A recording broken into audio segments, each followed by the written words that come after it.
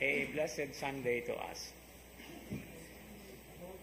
If we follow the trend of the readings that we are having, especially the gospel reading, since we are in the so-called year B, we are supposed to be reading and reflecting the Gospel of St. Mark. But there was a kind of a break when the episode of the Gospel of Mark brings us to the feeding of the multitude.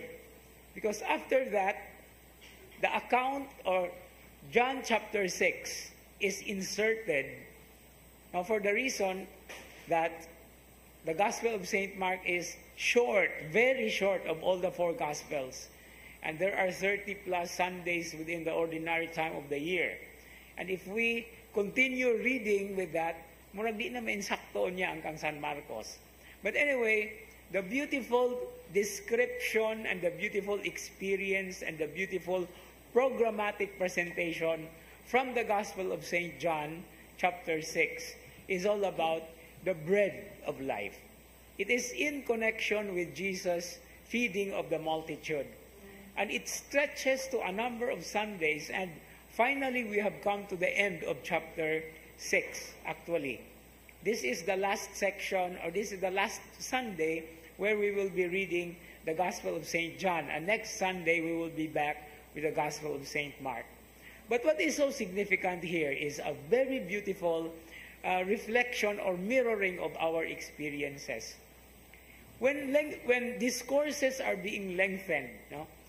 Siguro nakahinati naman mo ana og mo-attend mo og naay mga functions unya naay diskurso. Nya gani taas na gani kayo ang diskurso, di ba? Dili na ta at ease, no? So mo na nga si Pope Francis ning ingon nga if possible ang homily og Domingo taas na kayo ang 15 minutos, no? 10 minutos okay na, no? Or 8 to 10 minutes. Kay ang attention span sa mga tao, of course, is also to be considered, no? Unless you are giving a seminar or you are attending a Bible study, kay you can have it for hours and hours, no? But then the point here is to practically plant or to practically put, og sa Binisaya pa, itisok og unsa ang mahinungdanon nga punto aron sa makabati o sa mamati adunay mahuptan, no? That something will be grasped, and from that they will continue to work on it, to weigh things and make a decision and make a choice, especially when faced with so many options in life. Nga naman, today's gospel reading at the end of that lengthy episode in the Gospel of John, St. John chapter 6, is all about the reactions of not just those who were listening or the so-called oppositions of Jesus. They were so disturbed, they did not believe in him. They murmured, they quarreled. And so this now comes to the point of confronting his disciples who were actually following him from the beginning. Munang ang pangutana, does this shock you? Because they were murmuring. And so because of that, they started to not to follow Jesus anymore. So they first they were called disciples. Nganong gitawag man sila disciple? Disciple means sumusunod, estudyante. But they reached a point, actually according to the commentary in the Gospel of John, a premature decision. Wala gyud maayo og timbang-timbang. Ang ilang tawhanon nga pagsabot mao'y ilang gipahimug-atan, no? Wala nila hatagi og kahigayunan o lugar nga ang Ginoo diha sa iyang espiritu, diha sa iyang paglamdag, muhatag kanila og lugar o kahigayunan. And so they started to live. So unsa may tawag nila gikan sa pagkadisipulo? What do you call a person who stopped following, who stopped to become a disciple? Ang tawag ana is apostate. Apostate. No? Dili prostate, apostate. No? So apostasy. What is apostasy? Apostasy is not following anymore. So mihunong na pagsunod, wala na mutubag sa tawag. Now nindot kayo ning tan-awon because the effect of discipleship, ang pagka-estudyante, ang punto diha aduna na ituyo og tumong. Discipleship has a purpose. And what is the purpose of being disciples? So that one will be sent. Okay? After studying, after being a pupil, after being a disciple, one is being sent. And what is the term that is used of one who is being sent from being a disciple to an apostle? Muna nga, apostasy, nindot kayo, somehow almost a play of words of the word apostle. An apostate is the one who stopped being a disciple, and an apostle is one who continues to study and learn and now takes on the cudgels, takes on the role of promoting and proclaiming. So, when we stop following the Lord, we become apostates. And that is not what we are called to be. We are called to be apostles. Gitawag kita aron mahimo kitang mga apostoles, to continue the work of the Lord, to continue sharing His works in our lives. But there are always decisions that we have to make. There are so many options around us. No? Nindot kayo ang opening prayer nato. We ask the Lord that we will be guided to choose what He commands. Sorry ha. Nagkaulitaw ng tani. To choose what He commands. Because even in the uncertainties of this world, we do not stop deciding for ourselves. No? Bisan gani siguro ganinang buntag, na apay pipila kaninyo karon nga mingon, musimba ka ako o dili. Okay?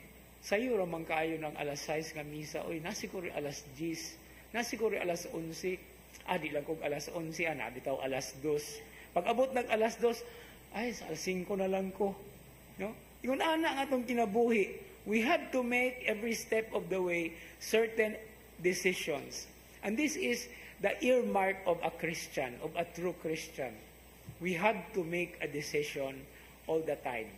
But then, there are not many options to choose, however. There are only 2 options. Sama sa giingon ni Moises, ni Joshua sa first reading. No? Just like in the book of Deuteronomy, Moses confronted the people to choose between the good and the bad. And here it is, are we going to continue to follow the Lord or not? So muna, ang nindot kayo nga, hagit. This is the most challenging aspect in every day of our lives as Christians. And here we are given the answer of St. Peter, who actually directly addressed the need. Where shall we go, O Lord? To whom shall we go? You have the words of eternal life. We have come, and we have come to believe and are convinced that you are the Holy One of God. You are the Christ. And this is the pathway that we have to choose. As Christians, we are constantly reminded that it is always a question of making a decisions when we are put into the crossroads. But don't worry. The crossroads are also reminders that we are Christians. Og naaga ni crossroad, naaga ni mga panahon nga kita mo decide, naata actually mo pili, no? In the crucible. Sa may crucible, mga pagsulay, mga kakulian o kakuyaw sa kinabuhi. But we have to make a decision. But we are following a Christ who chose to offer His life on the cross so that He will give us a bridge. He will give us a passage to the place where we desire. That's also in the opening prayer today. Aron maadto kami sa usa ka lugar, the place that our hearts desire, and that is heaven. And the only way to heaven is through the cross. As we constantly are reminded that when we study our faith, we are talking about, or we are learning, and we are embracing not a Christless cross, nor a crossless Christ. Naadjud na kanunay ang cross kung anaa si Kristo. That's why decision making is also a crossroad. It is something that we carry. It is something that we embrace, but at the same time, it has to move us into deciding to follow the Lord, because if not, we're not following Him anymore. So as we continue this Eucharistic celebration and the daily grind of our lives, where we make decisions for the good, for the better, if not for the best, against what is evil and what is not good, may it constantly be part of our reflection. Dili lang diha-diha dayon nga mo desisyon ta. No, kinahanglang ato gyud usa nga timbang-timbangon. Nga hinumdumin ninyo kung magtimbang-timbang ta. No, naagi na duha ka side ang timbang-timbang, di ba? Ya di man na mo tindog ng duha ka side kung walay tukod. No, kakita mo anang symbol sa justice sa kanang sa balaod, kanang Lady Justice, di ba? Kanang timbangan cross man pud nay porma ana.